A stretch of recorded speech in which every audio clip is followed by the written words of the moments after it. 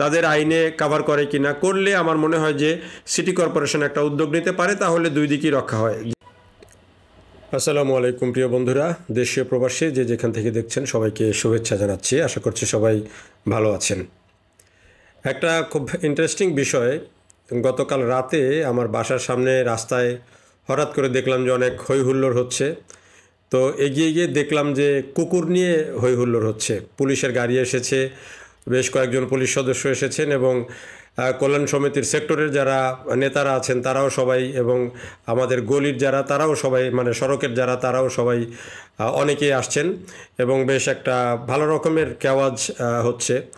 তো যেটি যে সমস্যা যেটি হয়েছে সেটি হলো, এখানে আমাদের যে গলির যে সড়কটা উত্তরাতে, এটা 12 নম্বর সেক্টরে, এই সড়কটাতে অনেকগুলো কুকুর আছে এবং এই কুকুরগুলো সংখ্যায় দিনে দিনে বাড়ছে। এবং এই কুকুরগুলোকে একজন নারী তিনি প্রতিদিন খাবার খাওয়ান, এবং আমিও দেখি প্রায় দিনই যাওয়া আসার সময় দেখি যে তিনি খাবার খাওয়াচ্ছেন। এবং এই কুকুরগুলো তাকে দেখলে, তিনি যখন বাইরে থাকেন আসেন, হঠাৎ করে সবগুলো কুকুর দৌড়ে তার কাছে যায়। এটি স্বাভাবিক। কুকুর বা যে কোনো প্রাণী যে আদর করে বা যারা আদর করে বা যারা খাবার দেয় তাদের কাছে তাদের একটা আলাদা যেই প্রত্যাশা সেটি তো থাকেই। এখন সমস্যা হলো যে এই কুকুরগুলো রাতের বেলায় অনেক বেশি ডাকাডাকি করে, অনেক সময় রাতে অনেক মানুষকে তাড়িয়ে বেড়ায়, দৌড়ানি দেয়। এটি হচ্ছে অভিযোগ যে এই যে এত শব্দ করে রাতে কুকুরগুলো চিৎকার করে, পাশাপাশি অনেক অপরিচিত মানুষজন দেখলেই যে দৌড়ায় বা তাদেরকে তেড়ে যায়। এটি নিয়ে মানে এই গলির যারা, মানে সড়কের যারা বাসিন্দা আছেন তারা অনেকেই খুব ত্যক্ত বিরক্ত, এবং তারা এটি নিয়ে অনেকবার ওই নারীকে, যিনি এই কুকুরদের খাওয়ান, ওই মহিলাকে অনেকবার বোঝানোর চেষ্টা করেছেন, বুঝিয়েছেন। কিন্তু ওই মহিলাও বলছেন যে এটি তো মানে কালকে গিয়ে যেটুকু বুঝলাম যে তিনি যেটি বলছেন যে এখন পর্যন্ত তো এই কুকুরগুলো কাউকে কামড় দেয় নাই।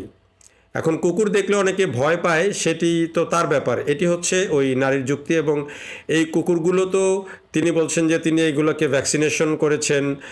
সিটি কর্পোরেশনের সাথেও এটি নিয়ে কথা হয়েছে, সিটি কর্পোরেশনও কোনো সমাধান দেয় নাই এরকম যতটুকু বুঝতে পারলাম। কিন্তু আবার মানুষজন যে অভিযোগ করছে যে অনেককে দেখলে তেড়ে আসে, রাতে যে চিৎকার করে, বাচ্চারা দেখলে অনেক সময় ভয় পেতে পারে, আবার কুকুরের বাচ্চা দেখলে অনেক সময় বাচ্চারা মজাও পায়, সেটাও আছে, দুইটি দিকই আছে।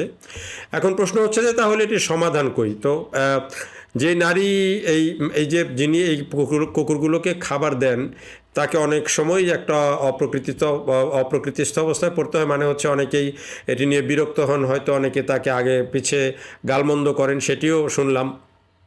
সেদিন আমিও দাঁড়িয়েছিলাম, দেখলাম যে একজন খুব গালিগালাজ করতে করতে যাচ্ছেন। তো এটি একটা বিষয়। এখন ওই নারী তিনি যেটি প্রশ্ন রাখছেন যে এই কুকুরগুলো কি তাহলে আমি মেরে ফেলবো? তা আপনারা মেরে ফেলেন, রাগ করে বলছেন তো আপনারা এগুলোকে বিষ খাইয়ে মেরে ফেলেন। সেটিও তিনি দেখলাম রাগ করে বললেন। আবার পুলিশও এটি নিয়ে কোনো সিদ্ধান্ত নিতে পারছে না। আবার যারা এসেছিলেন সেক্টরের যারা গণ্যমান্য যারা ব্যক্তি, তারাও এটির খুব বেশি বড় একটা সমাধান দিতে পারলেন না। তারা শুধু তাদের ক্ষোভটা বললেন যে এগুলো এইভাবে পালা যায় না, আপনি আবদ্ধ করে পালেন, বা আপনার যদি এত পালতে ইচ্ছা করে আপনার গেটের মধ্যে নিয়ে রাখেন। এইভাবে আসলে একটা পর্যায়ে কথা কাটাকাটি হলো। সমাধান কি হয়েছে? বা তেমন কোনো কিছু হয় নাই। কুকুরগুলো দেখলাম যে আছে।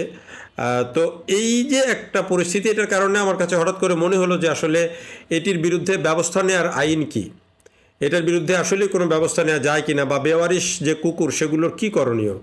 তো সেখানে আমি ঘাটতে ঘাটতে, যেহেতু কোর্ট কাছারি বিট করি, যেহেতু ল বিটে কাজ করি, ঘাটতে ঘাটতে দেখলাম যে আমাদের একটা প্রাণী কল্যাণ আইন হয়েছে 2019 সালে, যেখানে আসলে সিটি কর্পোরেশনও চাইলে এই কুকুর মারতে পারবে না।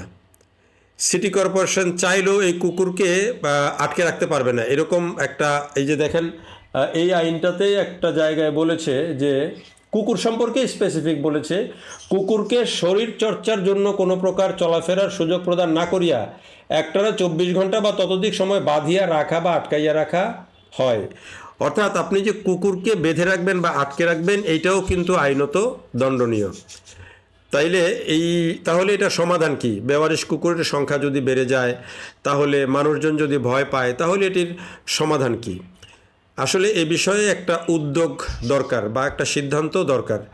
যিনি এই প্রাণীগুলোকে খাওয়াচ্ছেন তার একটা আবেগ আছে, তার প্রাণীর প্রতি ভালোবাসা আছে। শুধু তিনি না, দেখলাম আরও অনেকগুলো ইয়াং ছেলে, তারাও এই কুকুরগুলোর প্রতি এক ধরনের ভালো ফ্যাসিনেশন আছে, তারাও খাবার দাবার দেয় এবং এগুলোর প্রতি একটা আবেগ কাজ করে।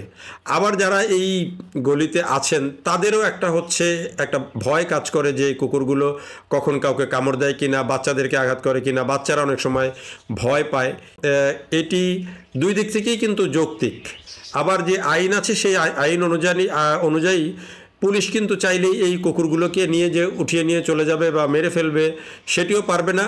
আবার যারা এই কুকুর পালন করছেন বা খেতে দিচ্ছেন তাদের বিরুদ্ধেও পুলিশ চাইলে ব্যবস্থা নিতে সহজে পারবে না। এই আইন অন্তত তাই বলে, প্রাণী কল্যাণ আইন 2019 সেটি বলে।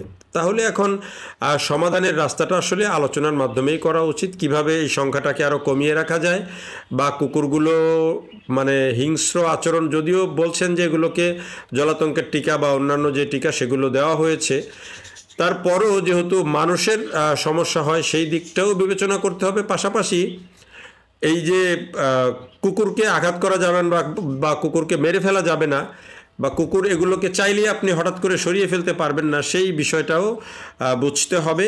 তো এই বোঝার মধ্য দিয়েই আসলে এটির সমাধান কি ও এটি আসলে পাওয়া খুব মুশকিল।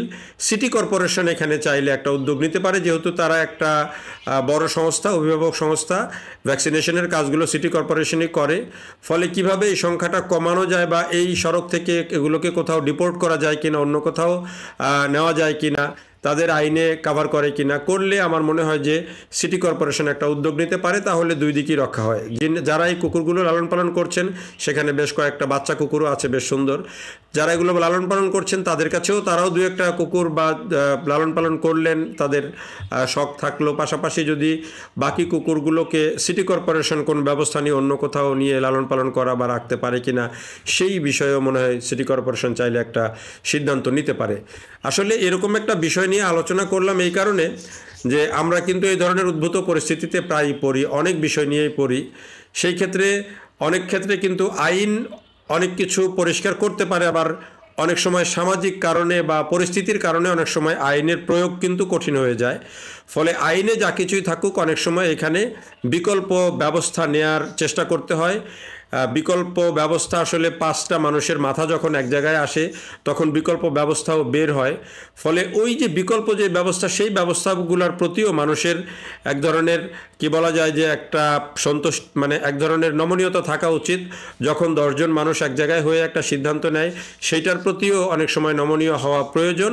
শুধু আইনের দোহাই দিয়ে অনেক সময় অনেক পরিস্থিতি সামাল দেওয়া যায় না, আইন দিয়ে অনেক সময় অনেক কিছু হয় না। এই জন্যেই বলে যে প্রয়োজন কখনো কখনো আইন মানে না। তাই সবাইকেই বিষয়টি বিবেচনা করতে হবে। এই ধরনের পরিস্থিতি যদি আপনার এলাকাতেও হয়ে থাকে, সেটিও আসলে পরিস্থিতির আলোকেই সিদ্ধান্ত নেওয়া উচিত।